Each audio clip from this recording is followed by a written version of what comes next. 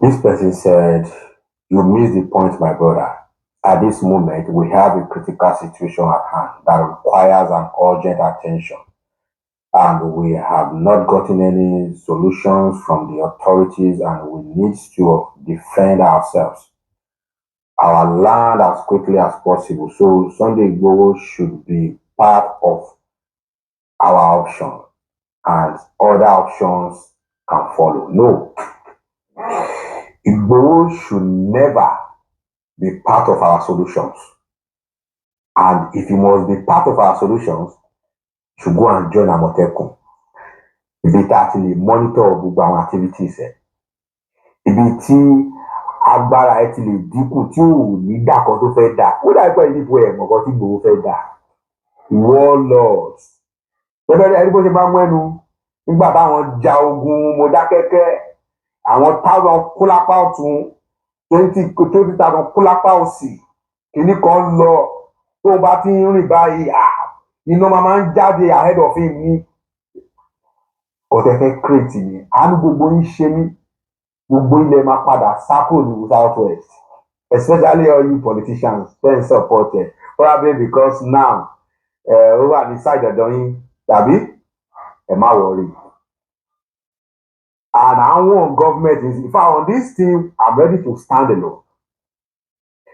And over this stage, we will take it, to another level. And I've said it. Igboho is a threat to national security. It's a threat to democracy. It's a threat to Nigeria unity. The Nigeria government will back borrow to our leno. I'm a do the Zibomi. And I want to use this opportunity to speak to some people in the government.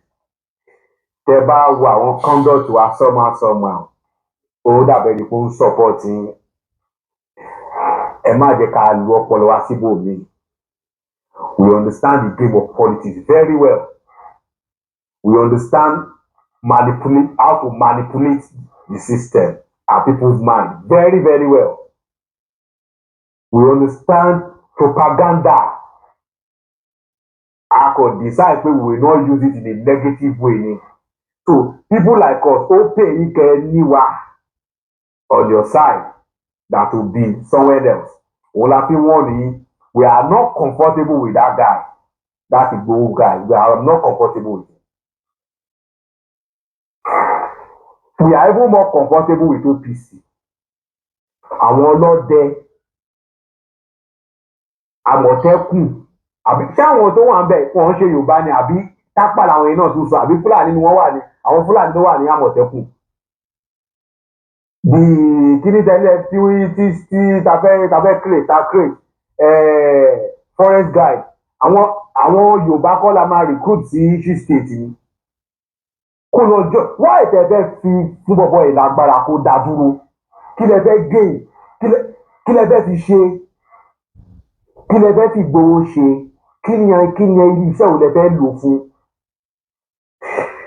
Àwọn boys tó di Boko Haram lọ́jọ́ kìíní àná, they were political talks o. Àwọn Yusuf ẹ lọ kà á. Àwọn tí ó di bandit lẹ́yìn tẹ̀ ń gbúdọ̀ tí wọ́n ń terrorize. Àwọn thugs tí wọ́n recruit some years ago before 2015 the general election. Tí wọ́n ṣetán tí wọ́n rẹ́dà àti kó bọ́n lẹ̀ mọ́ ni wọ́n wọgbó lọ. Àwọn kan ń sọ pé a máa lè monitor activities ẹ̀ tó bá ti fẹ́ máa step out of the kidney company. Àwọn ọlọ́pàá yín tó ń step out of mélòó lẹ ti monitor? Is it not in Nigeria là ń gbọ́ pé àwọn ọlọ́pàá tún rent ìbọn wọn máa lọ fún àwọn èèyàn láti fi ṣe kidnapping business? Àbí Nàìjíríà kọ́ ni àwọn military Nigerians ni wọ́n lọ ń tàbọn tó ń ta weapon fún Boko Haram tí wọ́n máa tún padà lò láti attack àwọn ọmọ kiri wọn?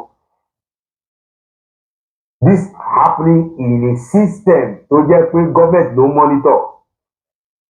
Àwọn ká ní pé ẹlòmíì maybe another character ló ní òun fẹ́ create kìíní. I don't have problem. I have said it in my video. It is a global practices for people to have all this kind of formations, private security. Wọ́n máa ń lò wọ́n gan in combat war. I said it. But because you people are too emotional, who they think that who is Igboho? And some people are saying that Akko should have personal issue with Igboho, go and settle with it. Me with personal, I've never seen Igboho before. You more, and I don't even think boya they ever cross a part where they ever cross. Kò gba ìyàwó mi, kò lọ the same school. Mi ò rò bí ó lọ university, tó bá dẹ̀ lọ university, lọ sí same school. Mi ò ṣiṣẹ́ fàyàwọ́ tá bá ní pé bóyá ó gba àwọn customers mi tó báwo lèmi àti ẹ ṣe fẹ́ kí ló cause issue. Àwa ń rí dangers, à ń rí nǹkan fẹ́ create ni òun là ń speak against. Òun ni because pé ẹ̀yin wà emotional, òun ni ẹ̀ fi rí. We will not stop. If government ò bá dẹ̀ gbọ́, a máa deploy another way àti stop ẹ̀. We will stop Igboho. In fact, breaking news lọ́la pé Sunday Igboho pa 2,000 kidnappers nínú Igbo. We will still not support it. Because it's not about the controversy tó ń ṣe é sí, it's about the controversy dà lọ́la, òun làwa wà after. Thank you very much.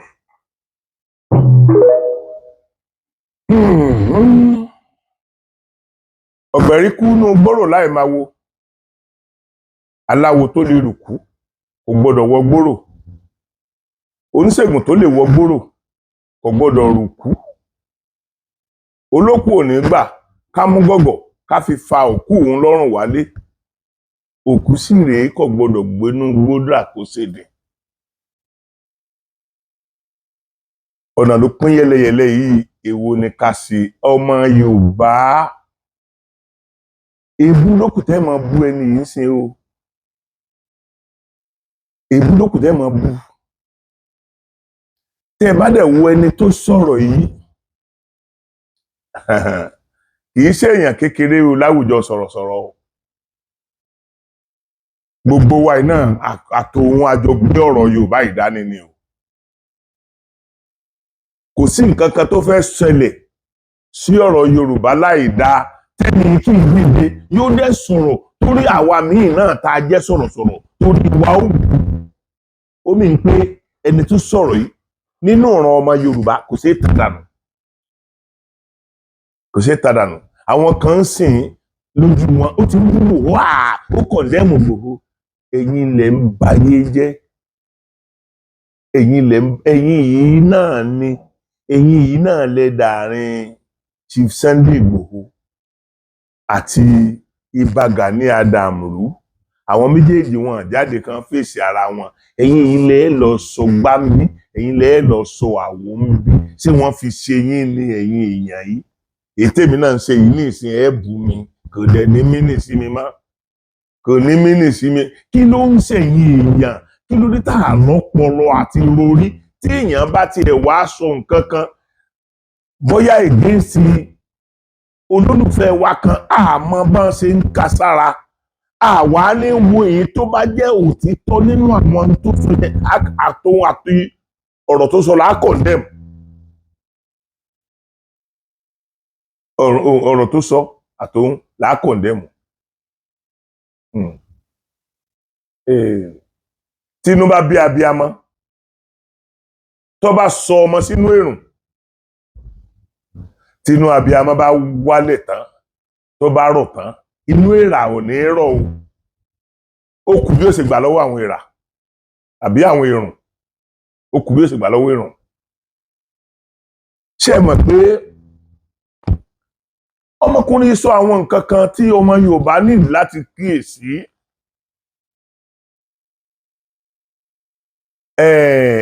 Mo fẹ́ kọ́kọ́ rán wa létí. A ní Àgbẹ̀kọ̀yà, a ní OPC,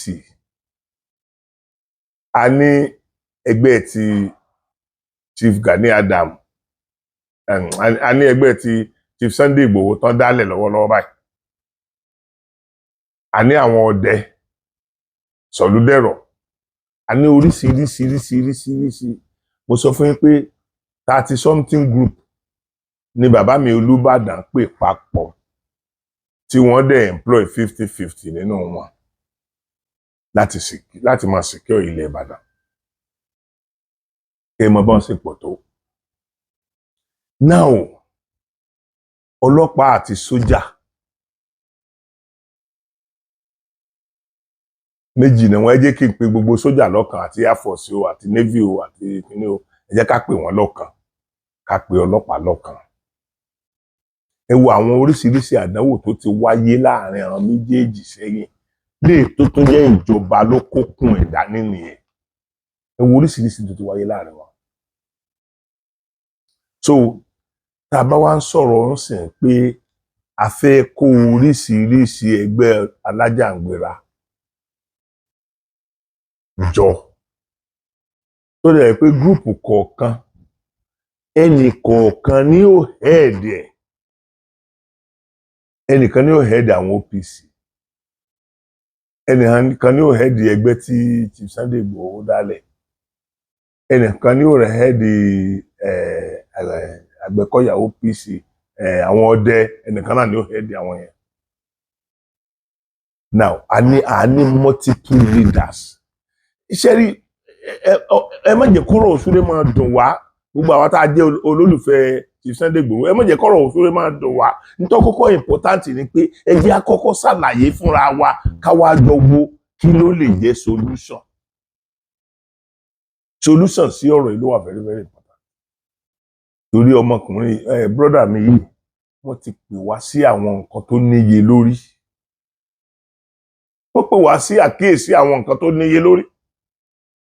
Mi ì dẹ̀ fẹ́ kó dé lọ́la kan sọ pé ebi mo sọ fún yín, ibi tá a bá fẹ́ gbin igi ọgbọ́n sí, gbogbo bí àbámọ̀ tá a bá mọ̀ pé wà bẹ́ẹ̀ jẹ́ àkọ́kọ́ fàtúná. Ṣé mọ̀ pé àwa tá a jẹ́ olólùfẹ́ Chief Sunday Igboho, ṣé mọ̀ pé a lè mọ̀ rí sẹ́ǹsì nínú tẹ́ni yìí sọ because of our emotion. Emotion la fi máa ń darí ohun gbogbo nílẹ̀ Yorùbá. Emotion ni.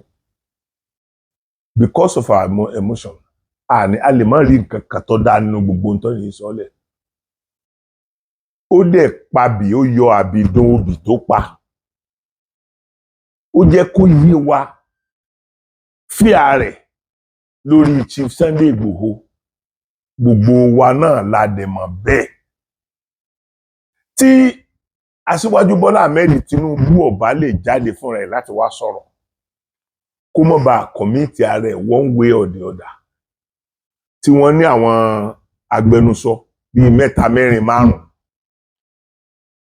Ṣebí nítorí pé àwọn agbẹnusọ yìí wọ́n ronú àgbékalẹ̀ nǹkan tán fẹ́ gbé sílẹ̀ ni. Ṣé odi ni Aṣíwájú Bọ́lá Ahmed Tinubu kò lè sọ̀rọ̀ fúnra ara ẹ̀ ni? Number 1 orílẹ̀-èdè yìí nìyẹn. Àti wá ní àwọn PAs lóríṣiríṣi ń bọ̀ ọ̀nà tí wọ́n máa jẹ́ agbẹnusọ fún. Sómi ń pé à ń dáùtù pé ọpọlọ wọn ò gbé nǹkan tán sí ni. Bí ẹnìkan nínú àwọn PA rẹ̀ bá tiẹ̀ wá sọ̀rọ̀, ó bá jẹ́ pé ọ̀rọ̀ yẹn wá bọ́ sí òdì etí àwọn ọmọ orílẹ̀-èdè yìí, irú yẹn àtúnrí mi tí ó jáde pé wọ́n quote out of context ni, pé nǹkan tí olórí oko sọ kọ́ ni ẹni yẹn sọ jáde yẹn. Ó sì bẹ́tà ńgbà tí yìí ṣe pé directly ẹnu olórí oko láti gbọ́. Ó ṣe máa dọ́gbọ́n sí pé tọ́gẹ̀ ẹran kọ́ ló sọ yẹn, tàbí ó misjive lórí ọ̀rọ̀ tó sọ yẹn. Kò ní jẹ́ pàṣíwájú Bọ́lá Ahmed Tinubu ni wọ́n máa bú. Now ẹ wá bá wa fojú wò ó sí gúrùpù mélòó la fẹ́ kó jọ yẹn. Mi ò gé sí iye gúrùpù tá a bá lè kó jọ, ṣùgbọ́n kó jẹ́ under a particular umbrella, kí n tó govern gbogbo àwọn ẹgbẹ́ yẹn papọ̀ kó wà, tí gúrùpù kan ò ní lè dá pàṣẹ, àfi tí gbogbo ìsínwó ìkòròwó ohun abájíjọ wò gbígbó wọn ní gùn, àfi gbogbo tí gbogbo wọn bá jọ pawọ́pọ̀ sí lẹ́ẹ̀kan náà. Otherwise ẹ̀yin yìí náà lẹ́ẹ̀tọ́ dáàrin wọn rú. gbogbo tó ọmọkùnrin yìí rí kò fọ́ lójú náà, àwa náà ò fọ́ lójú náà, etí wa ò dẹ̀ di. Ẹ má jẹ́ ká rí pé nítorí pé olólùfẹ́ ti Sunday Igboho ni wá, ẹ kúkú mọ̀ pé gbogbo yín náà lè mọ ibi tí èmi náà ti ń bà bọ̀ lórí ọ̀rọ̀ Yorùbá Nation. Gbogbo yín náà lè mọ̀ pé mi ò kì í ṣọ̀tá ti Sunday Igboho. Ẹni tó sọ̀rọ̀ yìí ẹ má jẹ́ á rí bí ọ̀tá. Àwọn nǹkan kan wà tí Chief Sunday Igboho ti sọ sẹ́yìn tó kù díẹ̀ káàtó gan. Ilé ayé yìí ni gbogbo wa wà nígbà tí wọ́n bú àwọn ọba kan. Bó lè jẹ́ pé ó padà bẹ̀bẹ̀. Ṣùgbọ́n tá a bá rí ẹni tí kò ní àforíjì nínú àwọn ọba yẹn ń kọ́. Tá a bá rí ẹni tí kò lè ṣe àforíjì lórí ọ̀rọ̀ yẹn ń kọ́. Lóòótọ́ gbogbo àwọn tí wọ́n bú ńgbà yẹn wọ́n ti gbà fún Ọlọ́run pé iṣu ẹni ní ìtọ́wọ́ ẹni bọ̀pọ̀ ọmọ àwọn ní Sunday Igboho, kò sí tá à ń fẹ́ lè ṣe. Pàápàá jùlọ bàbá wa ní Ifẹ̀, kábíyèsí alálùbáríkà yẹn, ẹ wo bí wọ́n tún ṣe da Sunday Igboho mọ́mọ́tọ́. Now táwọn èèyàn bá wá sọ̀rọ̀, tó máa ń dùn mí ń tẹ́ fi rí pé mo máa ń sábà sọ̀rọ̀ lórí ọ̀rọ̀ àwa tá a jẹ́ mùsùlùmí nìyẹn. Àwa ò kéwú. Bẹ́ẹ̀nìkan bá wá pè wá ṣàkíyèsí nǹkan kan tí ò dáa, tàbó sọ̀rọ̀ ànábì láì dáa, tàbó sọ̀rọ̀ Quran láì dáa. Instead kí tẹ́yin wá mọ̀ ń pa ẹ̀, tẹ́ mọ̀ pé nǹkan tó sọ yẹn kò rí bẹ́ẹ̀. Instead kẹ́ ẹ jáde, kẹ́ ẹ sọ pé nǹkan tó lágbájá sọ yẹn o.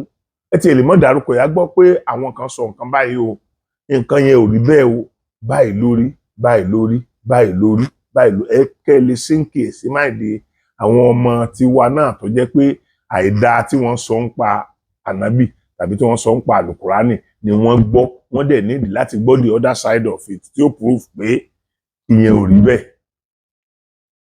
Irọ́ o, ẹ̀ ní ṣàlàyé o, èébú ni. Ẹ jáde òkè látijọ́ tá a ti wá ń bú àwọn èèyàn yìí, látijọ́ tẹ̀ tí ń bú àwọn èèyàn tó ń sọ̀rọ̀ sí, tó ń bú ànábì, tó ń bú àlùkùránì wa, ilẹ̀ rí ṣèṣì tí wọ́n ti stop. Ó kàn jẹ́ wípé àwọn kan wà náà tán ní inú rò, tán rórí wọn. Báwo ni ṣe máa jáde kí n sọ pé mò ń jà fún mùsùlùmí, kí n wá ní gbogbo ẹ̀yin tẹ́ ń ṣe Christian èèyàn báyìí ni yín, kí ní gbogbo ẹ̀yin tẹ́ ń ṣe ẹ̀sìn eléyìí orí yín ò pé. Bó nìyẹn ó sì máa ya olórí burúkú tí èèyàn máa sọ lóyún yẹn. A ní ká jẹ èkuru ọ̀tẹ̀ ó tán, àwọn kan tó mú ọwọ́ rẹ̀ wọ́n tó ń gbọ̀n sínú àwo. Ẹ̀yin náà lẹ́sìn wà lẹ́yìn wọn. Lágbájá ó ti mú wọn pa, ó ti ṣe kíní pa. Ẹ̀yin náà lẹ́ wà lẹ́yìn wọn. Ṣé n tọ́mọ Yorùbá ní ìdílé ń fún yín ni? Ẹ láwọn Christian kan sìn, bí wọ́n bá sọ̀rọ̀, gbogbo ẹni tó jẹ́ mùsùlùmí ni wọ́n máa bá wí, wọ́n á máa ṣépè fún wa. Gbogbo ẹ̀yin tẹ́ bá kù nídìí kíní, báyìí ni ó rí fún yín, báyìí ni ó rí fún yín. Tí àwa náà ó bá sọ̀rọ̀, àwọn mùsùlùmí kọ̀ọ̀kan náà ó bá sọ̀rọ̀, wọ́n máa ṣépè fún àwọn tó jẹ́ Kristẹni. Ṣé gbogbo Kristẹni ni ò dáa ni? Ṣé gbogbo mùsùlùmí ni ò dáa ni? Ṣé gbogbo àwọn alábàláyé ni wọn ò dáa ni? Ṣé gbogbo àwọn babaláwo, ṣé gbogbo àwọn oníṣègùn, gbogbo àwọn adáǹsí, ṣé gbogbo wọn náà ni wọn ò dáa ni? Ṣé gbogbo wọn ni wọn ò dáa ni? Ẹ̀yin ọmọ Yorùbá ẹ ṣe jẹ́ àròrí wa, kí ló dé? Ó dá orí ọ̀pọ̀lọpọ̀ wá pín mọ́ nítorí ìjà ẹ̀sìn tá a láǹjà yìí.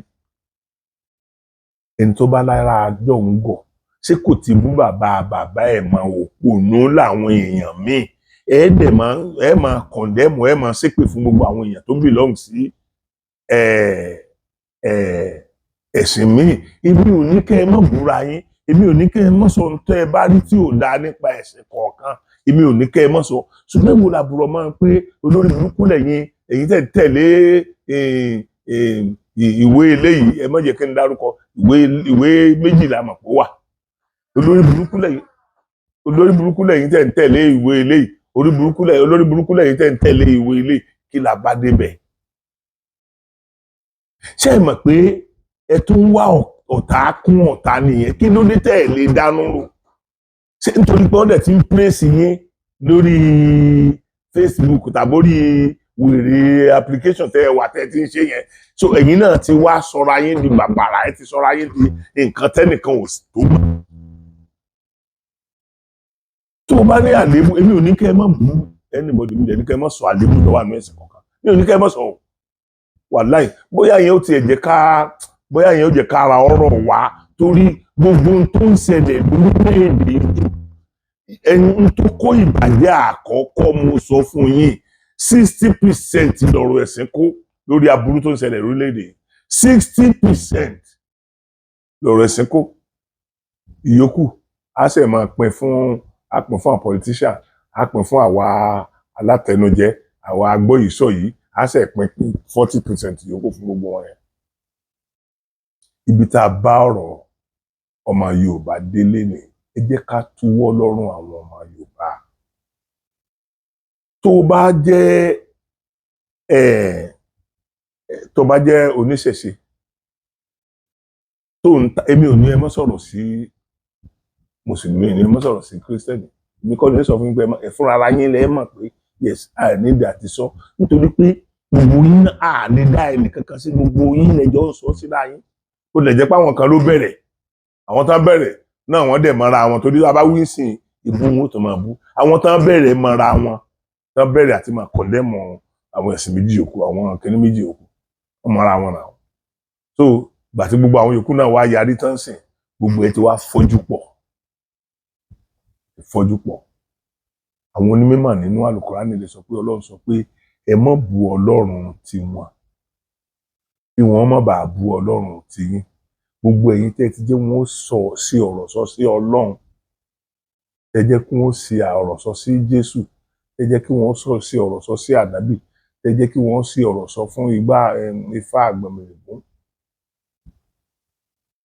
gbogbo yín yẹn ṣé ẹ mọ̀ pé repercussion rẹ̀ lè wà lọ́jọ́ ọ̀la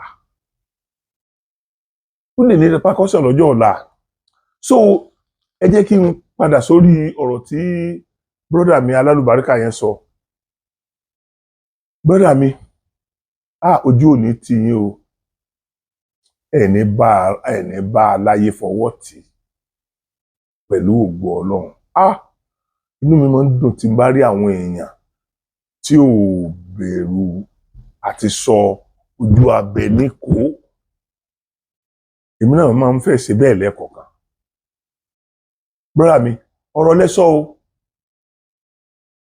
ṣé mọ̀ pé Chief Sunday Igboho sọ̀rọ̀ kan náà lẹ́nu ọjọ́ mẹ́ta yìí ó jẹ́ pé Ọlọ́run ló bá wa pa ọ̀rọ̀ yẹn mọ́lẹ̀ o irú ọ̀rọ̀ yẹn náà ó lè kó bá Aṣíwájú Bọ́lá Ahmed Tinubu tá à ń pè ní ẹni tiwa yìí náà because tí a bá rí Haúsá kan náà tó dìde pé tí wọ́n bá bí aláya Yorùbá kan dá kó wá campaign nílẹ̀ Haúsá láàrin Ìgbò kan náà tó jáde pé tí wọ́n bá bí aláya Yorùbá kan dá kó wá campaign nílẹ̀ Ìgbò ìdákùnbó ni ó ṣe rí ìran wo ló lè dá wọlé nínú gbogbo ọ̀ràn mẹ́tẹ̀ẹ̀ta Haúsá lè dá wọlé bí population wọn ṣe tó yẹ ṣé Yorùbá lè dá wọlé ṣé Ìgbò lè dá wọlé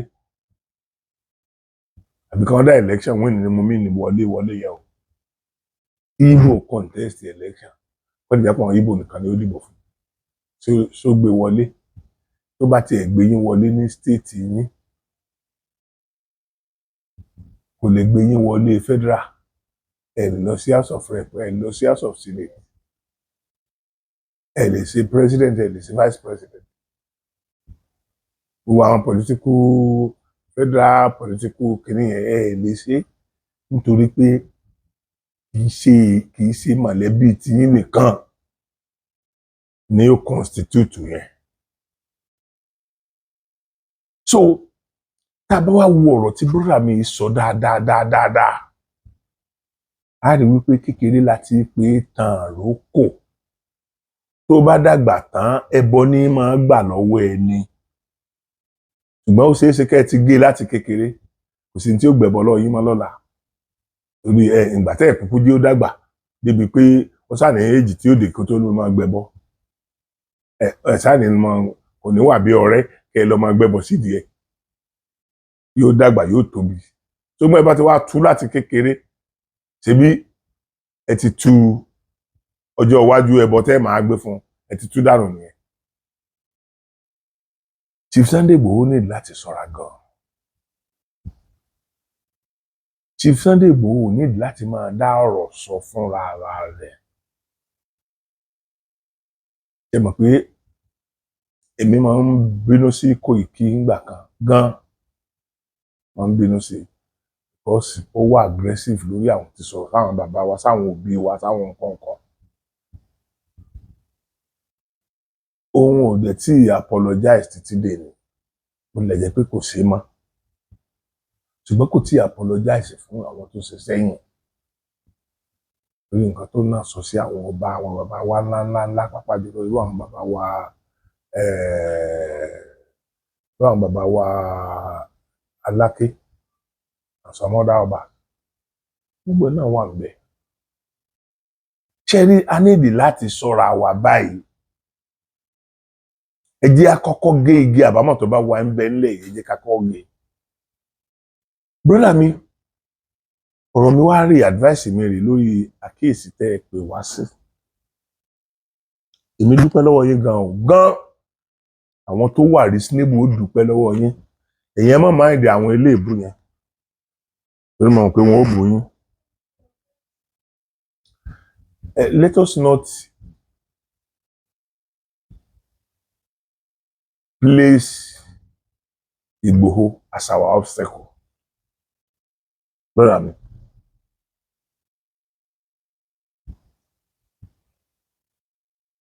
Ká má place Igboho. Ọ̀rọ̀ tẹ́ ẹ sọ ó lágbára gan. Ẹ̀yàmẹ̀yà ti wà ń sìn láàrin àwọn gúùpù tá a là ń kó jọ yìí nìyẹn. Bí ẹ̀yà yẹn bá ṣe pọ̀ tó bẹ́ẹ̀ náà ni wàhálà ó ṣe pọ̀ yẹlẹyẹlẹ àníìdí àti parọ́ tàn wá jẹ lórí yẹn. Tí ìgbà ṣe pé ń ṣe la fẹ́ fi ọ̀rọ̀ àmójútó ọ̀rọ̀ àwọn Fúlàní tá a fẹ́ fi jẹ́ orúkọ kò sí tó sọ pé kí gbogbo wa ọmọ kóra wa jọ papọ̀ káwa lọ ń dá umbrella kan tí ó mọ supervise gbogbo wa tí àfini lè misjive àní misbehave àní lọ kọjá boundary wa. Ọlọ́run gan mọ̀ pé a ní ìdí yẹn gbogbo ọmọ Yorùbá náà mọ̀ pé a ní ìdí yẹn. Tí a bá lọ fún gbogbo àwọn gúùpù ní autonomy yẹn ni ó kó bá wa nílẹ̀ Yorùbá. Torí ogun ara wa síra wa là á máa jà lọ́wọ́ nígbà tí èkúrú tẹ̀yìn ní fàǹfà táwọn ọmọ olórí burúkú tá a ti torí ẹ̀ ń sọ pé ká kó àwọn alágbára díẹ̀ jọ yìí tí wọn ó fi wọlé sí wa lára ìjà tara wa là ń jà ní rí náà ni wọn. Ẹ̀dẹ̀ nípa àwọn máa ń wọlé bí olè lóru ni. Ó ń wọlé bí olè lóru ni. Gbogbo ọ̀sákèésì kìíní kan ẹ̀ tí gbọ́ kankan lórí ẹ̀. Mo ní kí àwọn ọ̀dà mi pé bàbá mi Olúbàdàn nìkan ló ti ṣe. Mo pè wá sákèésì kí gbogbo ọba ìlú kọ̀ọ̀kan kí wọ́n kírètì ìgbìmọ̀ ẹlẹ́ni 5 kí wọ́n dẹ̀ open bank account bíi 2 sí 3 kí wọ́n dẹ̀ máa polówó rẹ̀ kí gbogbo ọmọ ìlú wọn máa dáwó sí ebi bí kan wọ́n ti bẹ́ẹ̀ mi náà ṣe bẹ́ẹ̀ mi kọ́ dáwó sí mi tẹ̀ máa dáwó síbẹ̀. So kí gbogbo àwọn tó lọ́rùn ràn lọ́wọ́ kí wọ́n máa fowó síbẹ̀.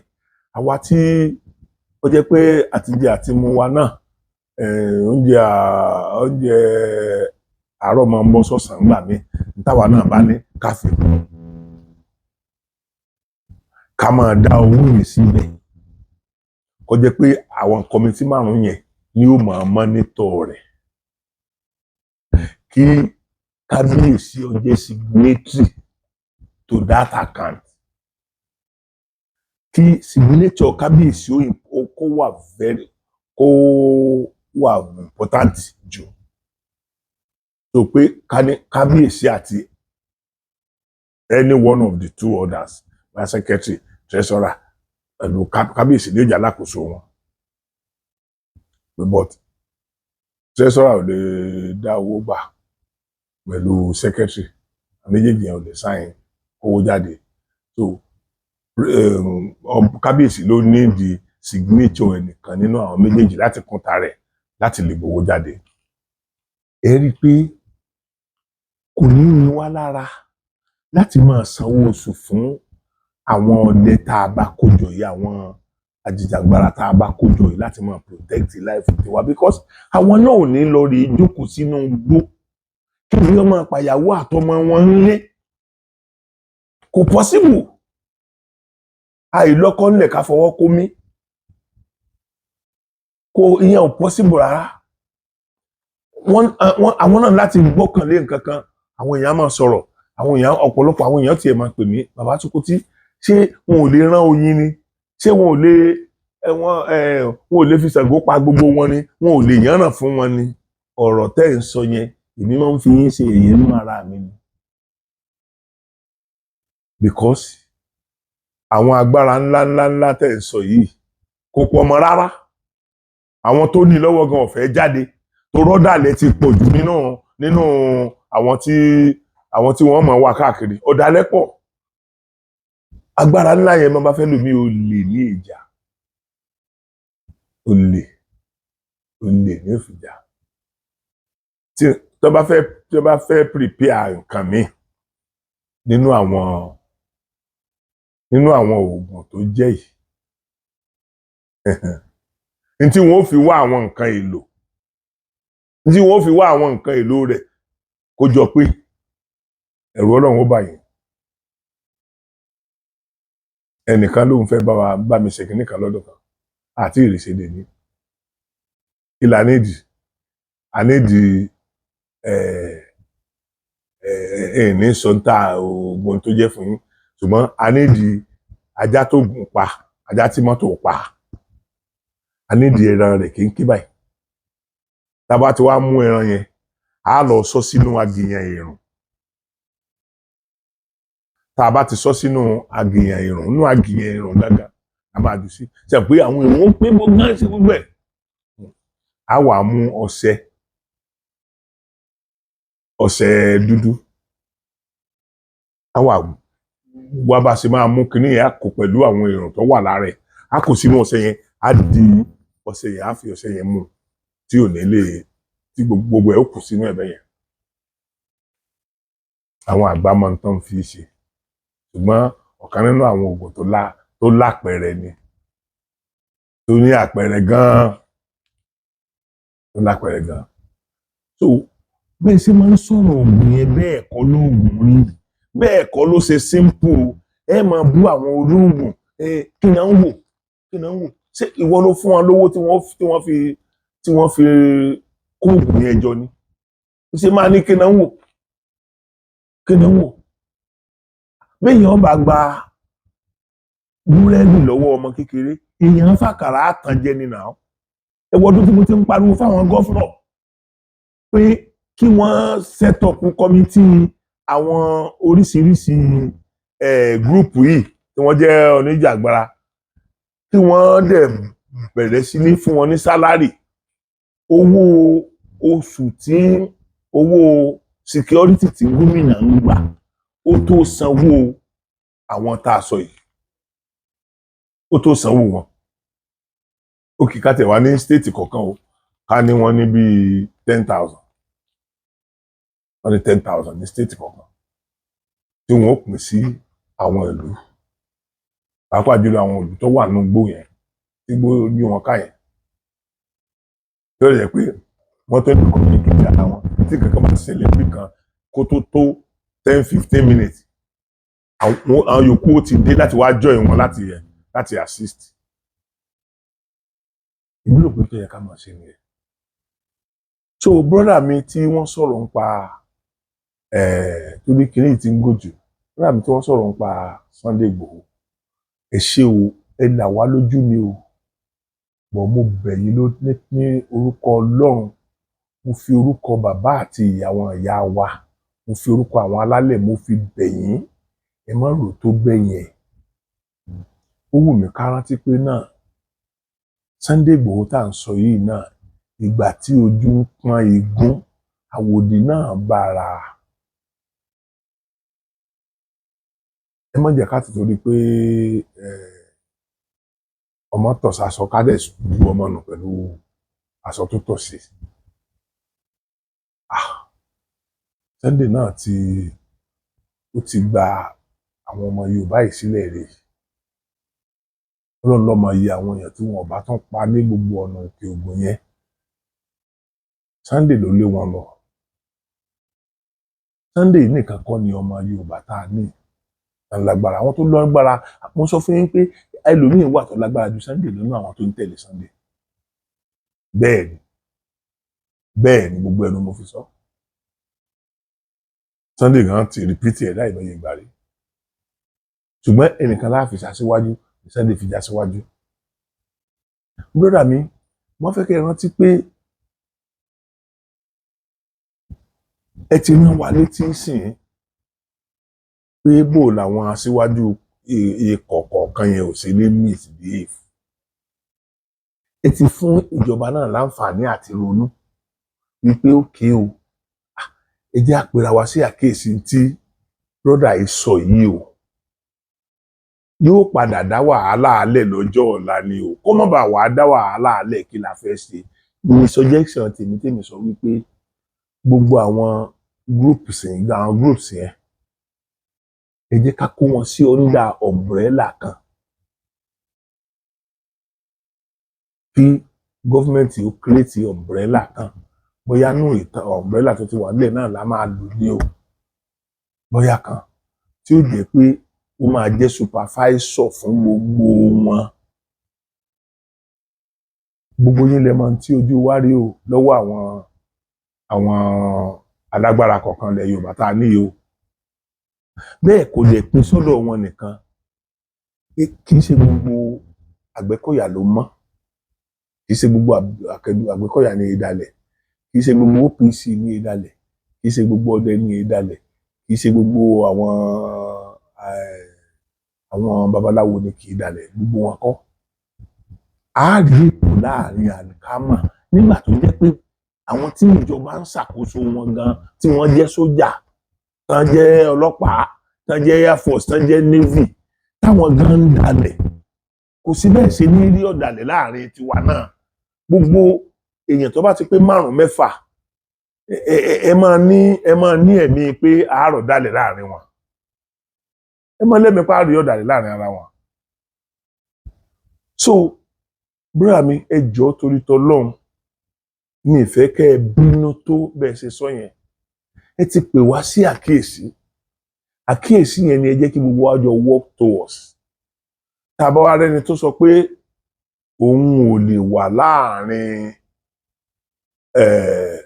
àwọn tá a rí kan supervise gbogbo gúrùpù yẹn papọ̀, kó ń tọ̀wọ́n ojú ara rẹ̀.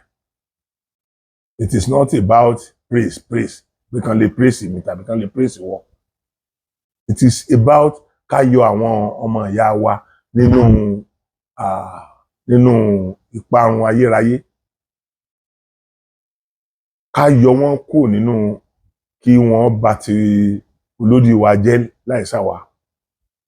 So brother mi, mo dúpẹ́ lọ́wọ́ yín gan-an gidi sí àkíyèsí tẹ́ pè wá sí yẹn o.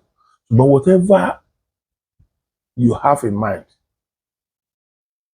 nípa, mi ní sọ pé against, nípa Chief Sunday Igboho, torí pé ntẹ́ ṣàkíyèsí, ntẹ́ pè wá ṣàkíyèsí, gbogbo wa náà la rí. Nídìí àti parọ́ tanra wa jẹ́. Tó bá wu àwa tá a tẹ̀lé Igboho ká máa bú yín kò ní mínì. Tó bá wu àwọn kan náà kán máa bú èmi náà, gbogbo wa jọ tẹ̀lé Igboho, gbogbo wa jọ gbé Igboho dání ni. So torí mọ̀ pé àwọn kan tó jáde sí wọ́n máa bú èmi náà pé bó lè ṣe máa sọ pé nǹkan tí bàyẹ̀ sọ correct ṣùgbọ́n gbogbo ẹni tó bá ní ọpọlọ ó mọ̀ pé nǹkan tí màá yìí pè wá sí àkíyèsí rẹ̀ yìí kò kéré rárá. ṣé bí wọn tí ì dà papọ̀ ṣé bí ẹ rí láàrin Chief Sunday Igboho àti Ìbà Gani Adams nílé ní ṣe bẹ́yìn náà lẹ dálẹ̀ láàrin wọn sáwọn ń bára wọn jà ní ṣé wọ́n ń pàdé ojoojúmọ́ ni ẹ̀yin náà ni wádìí tá à ń rí kálukú lórí íńtánẹ́ẹ̀tì tí àwọn tán wà lẹ́yìn Ìbà Gani Adams wọ́n mọ̀ ṣépè fún Chief Sunday Igboho àwọn tó wà lẹ́yìn Chief Sunday Igboho wọ́n mọ̀ ṣépè fún Ìbà Gani Adams bẹ́ẹ̀ bá ṣépè jù bẹ́ẹ̀ lọ ọ̀pọ̀lọpọ̀ èpè tí kálukú ń ṣe orí ara ẹ̀ ní ègbè wàláì torí àwọn tẹ̀ ń ṣépè ilé yẹn ó iṣẹ́ ní téèyàn ṣépè ilé ni mo tún àwọn ẹ̀kan jọ sí èmi ò ní nǹkan kan o ṣùgbọ́n tó o bá ṣépè ilé mi èyí tí wà torí ìwà àtọmọ rẹ bá lè gbé ni kò ṣẹ́ gbogbo tí n bá rí pé ò dá ń complain lórí ẹ̀ béèyàn bá parẹ́ ni ó parẹ́ so eyín èèyàn mi kò jù báyìí lọ brọ́dà mi mo fẹ́ kẹ́ ẹ fọwọ́ wọnú lórí ọ̀rọ̀ Sunday Igboho ẹ má gẹ́gẹ́ bí ẹ ṣe sọ̀rọ̀ bó ṣe dùn yín tó lẹ ṣe sọ ẹ má jẹ́ kí ẹ má jẹ́ ká rí bíi threat ẹ má jẹ́ ká rí Chief Sunday Igboho bíi threat nínú àwọn nǹkan tá a bá ń sọ báyìí náà yóò jẹ́ kí Chief Sunday Igboho náà ó mọ àbẹ́ àwọn ṣe lè fi ṣe rí ẹnu yìí wọ́n ní kí wọ́n wá ní tó dùn jù wá lára ẹran àwọn ni ẹ̀kọ́ ní ẹnu ọlọ́wà ní tó korò jù wọ́n ní kàn wà àwọn ìran rẹ̀ ṣe mọ̀ pé ẹnu lágbára gan o lọ́run ní jẹ́ kẹ́nu kó bá wa o ẹ bá rántí ẹnu lejò ó fi sa ẹran pákà ẹran yẹn ọ̀hún tí ó sì máa lọ tó máa tẹ̀lé lọ tí ẹran yẹn ó fi kú tí ẹran yẹn bá wá kú tán ẹnu yìí náà ni ejò ó fi gbé ẹran yẹn nù nígbà tí ejò bá wá gbé ẹran mi ẹ rí nígbà míì odidi màálù ejò lè mí àwọn tó bá mọ̀ nípa tí mò ń sọ wọ́n mọ̀ nípa ẹ̀ ọlọ́run lọ́mọ irú àṣẹ tọ́lọ́run fún ọbẹ̀ yẹn tó jẹ́ pé àwa tí ejò yẹn bá mọ báyìí ìgbà tó bá mi tí ó mìtàn ó lè tó báyìí bó ṣe ń gba ẹnu yẹn wọlé ọlọ́run ló yí ẹnu náà ní ó gbà wọlé tó gbà tó bá tó wá jẹ tán ó ní láti dúró síbì kan kí kíní yẹn ó fi digest so tó rú bá tẹ̀ ti mú àwọn ẹran tó gbé mi yẹn ìyẹn náà ti máa digest inú tó bá digest tán á wá gbéra yílẹ̀ á máa gbéra yílẹ̀ pé ìkíní yẹn lè digest dáadáa ibi tó bá ti ń digest tó ti ń gbára yílẹ̀ yẹn á wá lọ fara kó wèrè pé tàbí èsìsì tó ibi tó ti wá jà tó ti fara kó yẹn ibẹ̀ máa wá yún ẹ̀dẹ̀ mọ̀ pé ejò lọ́wọ́ tí ó fi họra so ẹnu yìí náà eyín yìí náà ni ó fi lè họ ara so àwa ibi tó yún yẹn á wá gbé ẹnu rẹ̀ síbẹ̀ èyí tó fi pejò tó fi pa oúnjẹ yẹn náà àwa ẹnu yẹn á wá fi máa họ á fi máa níbi tó bá ti ń họ ó máa dùn mọ́sẹ̀ pé tí nǹkan bá ń yóyàn tí ẹ̀ bá ń họ ó máa ń dùn mọ́ yàn ni ẹnu yẹn eyín yẹn á ṣèèṣì wá kọ lára ó máa wá kan ẹ̀jẹ̀ ẹnu yẹn náà ní ń pa ejò ẹnu yẹn náà ni ó padà pa so la fi gbọ́dọ̀ ṣọ́ra brọdà mi ẹ má bínú ẹ ti pè wá sákèésì ẹ wá jẹ́ kí gbogbo wa jọ pawọ́pọ̀ lé lórí ni ẹ má jẹ́ ká sọ pé ẹnìkan kì í ṣára wa tàbí ẹnìkan ò ní gáàrò níwọ̀n bá gbà tá a bá ti fi guide síbẹ̀ kò ní wá lára láti gbé ẹ jọ̀ọ́ ẹ jẹ́ á kọ́ra wa bá a ṣe gbé papọ̀ káwọn olórí burúkú yìí ti dé kí n lè sọ pé káwọn tó dé mọ́ wọ́n ti dé already àwọn ọmọ tán wà ní ìgbèkùn yẹn kọ́nà Olódùmarè ó bá wa tú wọn lẹ̀ ní ayọ̀ àti àlàáfíà gbogbo tó wà nínú ìgbèkùn àwọn Fúlàní yẹn kọ́ ló ń bá wa tú wọn lẹ̀ ní ayọ̀ àti àlàáfíà ni ẹ̀yin yẹn mi kíní yìí ti gùn jù ẹ má jẹ́ kí n jẹ́ kó jù báyìí lọ mo kí gbogbo wa mo yìn wá mo kí wa kú ìdárò ara wa àwọn ọmọ ìyá wa nìkan ni wọ́n wà ní igbó yẹn, wọ́n wà ní igbó ẹyọ aṣọ kan lọ́rùn wọn láti jọ́ yìí. Òjò ń rọ̀, òòrùn ń ràn lórí wọn náà ni àwọn ọmọ kéékèèké sì wà nù wọn. Ọlọ́run àmọ́ wọn bí tó fò kọjú sí, dákun Ọlọ́run. Àdúrà ò kì í ràn kankan without effort. Effort ni àdúrà máa ń ràn lọ́wọ́. Otherwise, bí èèyàn bá gbébọn lọ́wọ́ tó bá ń bọ̀ àbá otherwise yóò pa ẹ́, yóò sì pa ẹ́ gbé ni. So kò wá sì torí pé mo gbàdúrà láàárọ̀ ìkódó òde yóò fọ́n orí ẹ̀ kányàkà, ìbọn fọ́n orí ẹ̀ kányàkányàkà ni. Mo gbàdúrà láàárọ̀ yìí ọ̀ràn. Effort ìwọ náà bá wá tó ní agbára tó ti ró ẹ lágbára tán yìnbọn tán yin bíi mẹ́ta mẹ́rin tán rí i pé kò sí ẹnì kankan. Bó bá jẹ́ àdá lásán ló wà lọ́wọ́ rẹ̀ tàbí idà tàbí ẹ̀pá ògùn kan ló mú dání tó gùn, wọ́n hàn fún ọ ni. Lọ́nà tí mo pa gbára ọ̀ka ẹ̀rín yẹn. So ẹ jẹ́ ká gbé ìgbésẹ̀ bá a ṣe dáàbò bẹ̀mí ara wa. Ẹ má fi ọ̀rọ̀ ẹ̀sìn tàn wá jẹ lórí ìgbésẹ̀ ààbò tó yẹ kí kálukú ní lára. Bí wọ́n ṣe pa ọba mẹ́ta ní last year kò bójú mu, ìdójútì ló jẹ́ fọ́mọ Yorùbá o. Ẹ̀yin èèyàn mi kò ní jù báyìí lọ.